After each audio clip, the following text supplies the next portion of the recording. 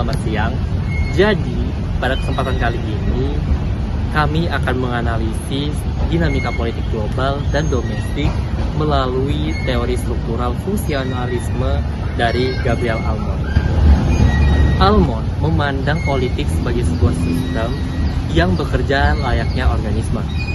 Di dalam sistem ini terdapat berbagai struktur seperti lembaga negara, partai politik, kelompok kepentingan, serta masyarakat sipil, yang dimana setiap struktur memiliki fungsi tertentu yang harus dijalankan agar sistem politik tersebut tetap stabil.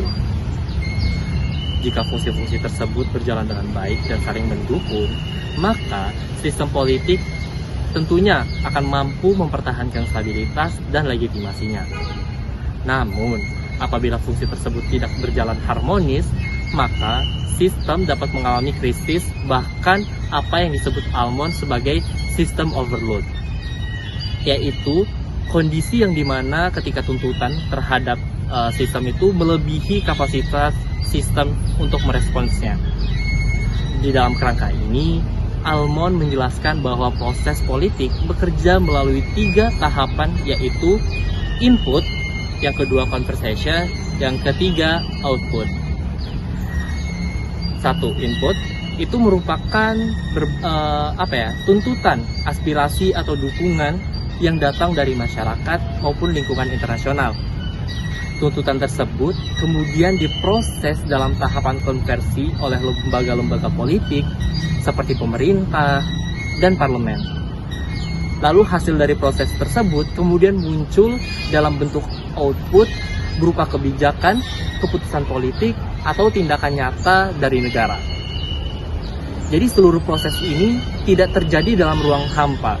Sistem politik selalu dipengaruhi oleh lingkungan, baik lingkungan domestik seperti kondisi sosial dan budaya masyarakat, maupun lingkungan internasional seperti dinamika geopolitik global.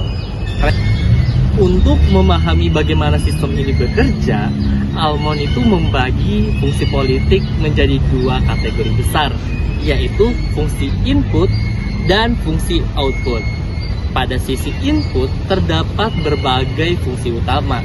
Yang pertama adalah artikulasi kepentingan, yang dimana proses ketika masyarakat menyampaikan tuntutan dan aspirasi mereka kepada pemerintah, hal ini bisa terjadi melalui demonstrasi atau pernyataan organisasi masyarakat, kelompok kepentingan, maupun melalui media massa. Lalu yang kedua, ada agregasi kepentingan, yaitu proses ketika berbagai tuntutan yang berbeda-beda dari masyarakat disatukan dan dirumuskan menjadi agenda kebijakan yang lebih terstruktur seperti itu. Jadi proses ini biasanya dilakukan oleh partai politik, elit politik, atau lembaga pemerintahan. Yang ketiga, ada yang namanya sosialisasi dan rekrutmen politik, yang dimana sosialisasi politik itu merupakan proses penanaman nilai-nilai politik kepada masyarakat, seperti prinsip demokrasi atau politik luar negeri bebas aktif. Sementara rekrutmen itu politik lebih ke proses bagaimana individu-individu dipilih untuk menjadi pemimpin atau pejabat dalam sebuah sistem politik.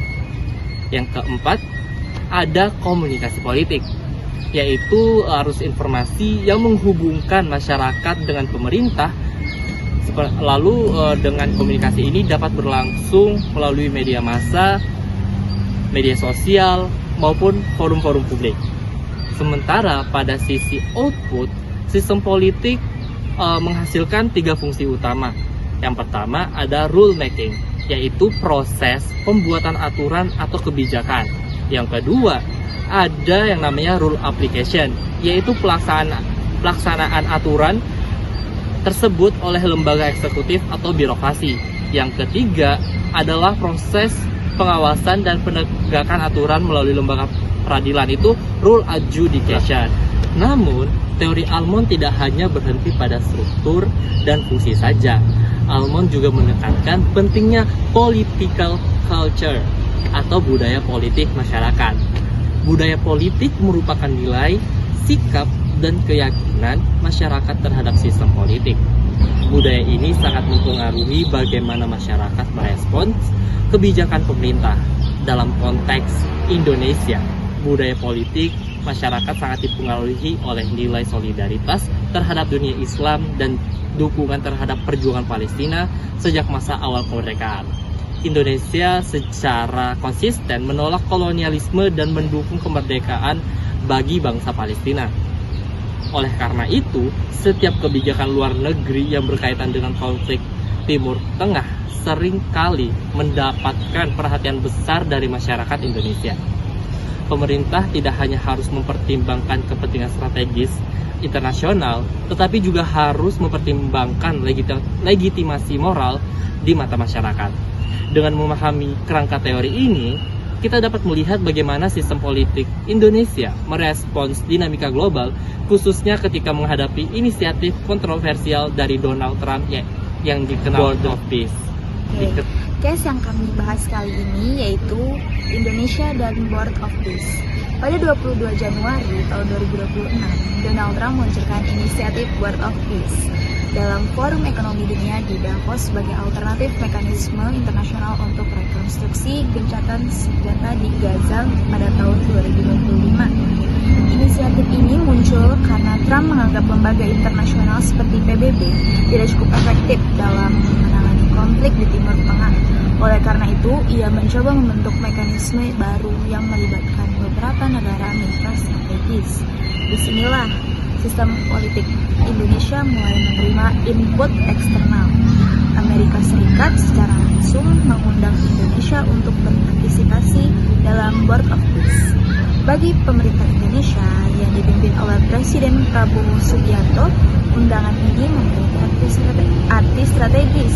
Pemerintah melihat peluang untuk meningkatkan peran Indonesia dalam diplomasi internasional, sekaligus memperkuat hubungan ekonomi dengan Amerika Serikat.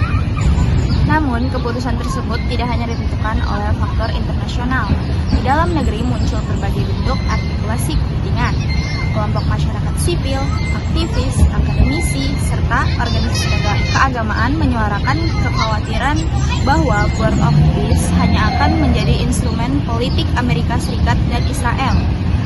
Tekanan domestik ini kemudian diproses melalui mekanisme agregasi kepentingan. Pemerintah tidak hanya langsung menerima seluruh gagasan dari Amerika Serikat, tetapi mencoba merumuskan posisi yang dapat menyeimbangkan kepentingan internasional dengan aspirasi masyarakat. Sebagai hasilnya, Indonesia menetapkan sejumlah syarat mutlak sebelum bergabung dalam Board of Peace. Syarat tersebut antara lain menolak normalisasi dengan Israel, menolak pemindahan paksa warga Gaza, serta memastikan bahwa setiap langkah rekonstruksi harus mendapatkan persetujuan dari pihak Palestina. Langkah ini menunjukkan bahwa sistem politik Indonesia berusaha menyelaraskan tekanan internasional dengan tuntutan domestik. Sebagai hasil dari proses tersebut, Indonesia akhirnya menandatangani Charter Board of Peace pada Januari 2026. Dalam implementasinya, Indonesia berkomitmen untuk mengirim hingga 8.000 pasukan non-kombatan dalam misi stabilisasi internasional di Gaza. Dalam perspektif Almond, hal ini menunjukkan adanya sistem capability, yaitu kemampuan sistem politik untuk merespon tantangan internasional secara strategis. Indonesia tidak hanya ingin menunjukkan solidaritas terhadap Palestina, tetapi juga ingin memperkuat posisinya sebagai aktor diplomasi global. Dengan mendapatkan posisi Deputy Commander dalam misi stabilisasi tersebut, Indonesia berusaha menempatkan dirinya sebagai negara yang memiliki peran penting dalam menjaga perdamaian dunia. Selain itu, kebijakan ini juga memiliki keterkaitan dengan kepentingan ekonomi. Pada saat yang sama, pemerintah Indonesia sedang melakukan negosiasi perdagangan dengan Amerika Serikat melalui skema Agreement of Reciprocal Trade. Hal ini menunjukkan bahwa kebijakan luar negeri seringkali memiliki keterkaitan dengan kepentingan ekonomi domestik. Situasi kemudian berubah drastis pada akhir Februari 2026, ketika terjadinya eskalasi konflik antara Amerika Serikat, Israel, dan Iran. Serangan militer terhadap Iran memicu konflik regional yang lebih luas dan menyebabkan penutupan Selat Hormuz. Peristiwa ini memberikan systematic shock terhadap sistem politik internasional. Harga minyak dunia melonjak dan perhatian internasional beralih dari Gaza menuju konflik Iran. Dalam kerangka teori Almond, perubahan lingkungan ini merupakan faktor eksternal yang dapat mengganggu stabilitas sistem politik. Perubahan situasi global tersebut memicu feedback negatif di dalam negeri. Demonstrasi terjadi di berbagai kota, termasuk di depan kedutaan besar Amerika Serikat. Banyak kelompok masyarakat menilai bahwa Board of Peace tidak lagi relevan dan justru berkaitan dengan agenda militer Amerika Serikat. Organisasi masyarakat dan tokoh agama juga menyampaikan tuntutan agar Indonesia keluar dari mekanisme tersebut. Di sini, kita melihat bagaimana fungsi komunikasi politik bekerja sangat cepat, terutama melalui media sosial yang mempercepat penyebaran informasi dan mobilisasi opini publik. Konversi kebijakan dan strategi hedging. Menanggapi tekanan tersebut, pemerintah melakukan proses konversi kebijakan. Jadi Presiden Prabowo mengadakan pertemuan dengan ulama dan organisasi masyarakat Islam untuk mendengarkan secara langsung aspirasi mereka. Dari proses tersebut muncul strategi kebijakan yang disebut dengan hedging, yaitu menjaga fleksibilitas dalam kebijakan luar negeri, di mana pemerintah menyatakan bahwa Indonesia akan tetap mempertimbangkan untuk keluar dari Board of Peace apabila mekanisme tersebut tidak lagi memberikan manfaat bagi perjuangan Palestina atau kepentingan nasional Indonesia. Kesimpulan akhir. Sebagai kesimpulan, kasus Board of Peace 2026 membuktikan kebenaran teori Gabriel Almond. Politik itu two-level game. Pemerintah itu harus bisa menyeimbangkan tekanan antara lingkungan internasional seperti Trump dan krisis Iran dengan tuntutan dari lingkungan domestik seperti ormas Islam dan sentimen pro-Palestina. Kemudian saat ini sendiri sih status Indonesia di BOP itu sedang low profile dikarenakan kemacetan global.